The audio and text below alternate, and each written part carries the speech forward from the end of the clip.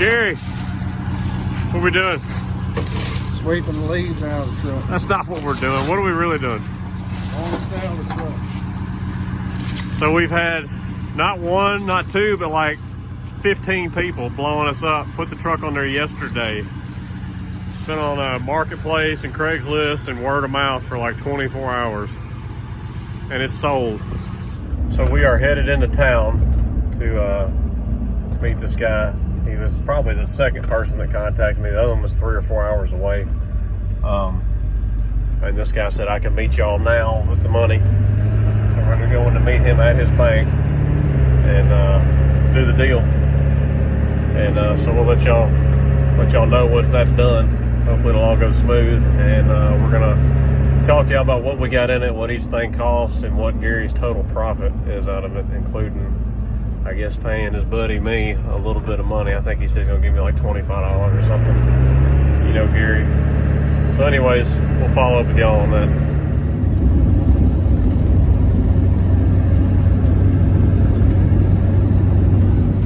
What's going on, Gary? 6'4". The 6'4". So we're gonna give y'all an update on what we spent on everything and what Gary profited off the whole deal, and he came out pretty good on it. So let's go over that real quick. All right, guys, so Gary bought the 6'4" truck for $5,500. We spent $330 on the radiator that was busted, on that water to air cooler, oil to water cooler portion of the radiator that was busted. Spent $80 on the coolant, $62 on the heater core when we eliminated the rapid heat system thing on it with that heater grid and put a regular one in it. Had $350 in trans fluid when we flushed all that through the transmission to get all that water out. $25 on trans filter. We ended up getting the bumper for free, like y'all saw, because they sent us 2 broke ones. Told them we didn't even have to send it back, and got to keep them. And I repaired that crack in it. We got $75 in miscellaneous. That's like the Blue Devil radiator flush, hose clamps, whatever else, topping off brake fluid, stuff like that. Oil filters, fuel filters, and oil change, $133. Spent $189 on the leather seat bottom that y'all saw us replace. That adds up to $6,744 we put into it, including buying the truck. We sold it, as y'all saw in the video, for $17,000. That was fun, counting out $17,000 with 2 strangers we didn't know in the truck for a few minutes. And so Gary profited $10,256. How does that make you feel? It's a win-win. It is a win-win. That's a lot better than what we thought we was going to do. We listed it for 18. We were thinking about listing it for 16, and I had several people wanting to buy it for 17. I said, yeah, we'll do 17. Sold it in 24 hours worth of putting on Marketplace. So that was cool. So what we're getting ready to do, and this is going to be a separate video, is we're going to do all this to the blue Dodge right here. Where did we get these from, Gary? Brian's, Gary's gonna look that up. We bought this stuff 2-3 months ago. We've been busy doing other stuff. So we got new ball joints, new stabilizer end links and sway bar bushings, new front shocks, new rear shocks, new steering stabilizer. I think that's it. We just did brakes on the front of this not too long ago. We're gonna check the rotors out while we got it apart. See what we think about that. But other than that, the blue Dodge will have some nice tight steering, get rid of all the rattling and everything it has on the front. It has one ball joint that's pretty bad on it. So this steering gets rid of all the slack, and it's a better geometry than what the factory stuff is. It's got these nice Heim joints in it. So it came with all that, and the only difficult part of putting this on is we have to drill the spindles out to a 3/4 inch hole. So we had to buy some 3/4 inch drill bits today for that. So we got the arms here from Brian's Auto Rebuilders. Gary pulled it up on his phone here, and it's this Dodge crossover steering is $425.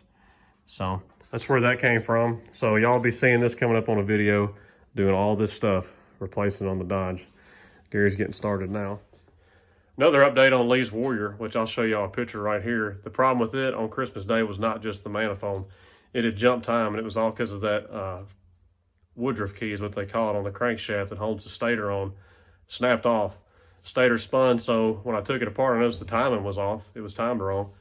and got it right. Still wouldn't run right. I noticed it was backfiring out of the carburetor. Took it back apart and pulled that cover off, and it had sheared that pin off. So you can see on the crankshaft in the picture there that it had spun, so there's no way to time it right.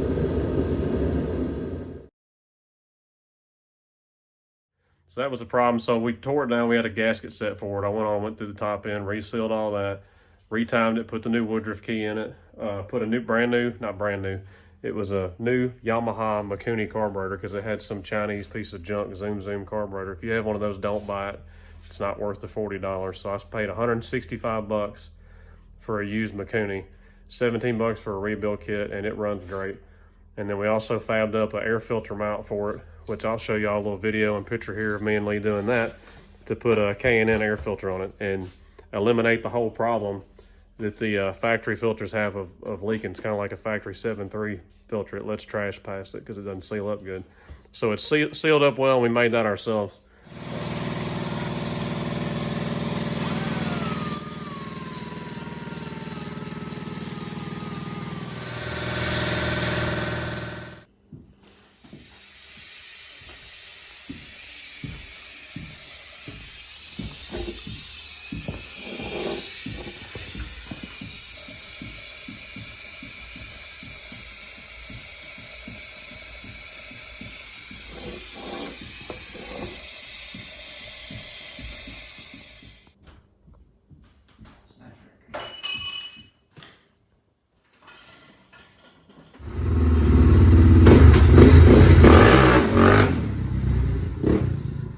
So his four-wheeler's running great now. It sounds really good with that HMF exhaust on it. So this is Automedic Garage signing out. You'll be seeing the video on the blue Dodge come up just probably the next day or two. And y'all can follow on with that. Check us out on Facebook, automedicgarage.com. Follow us on Instagram. And I opened a Rumble account also. So I'll be putting some videos up on Rumble coming up. So we'll holler at y'all later. Automedic Garage signing out.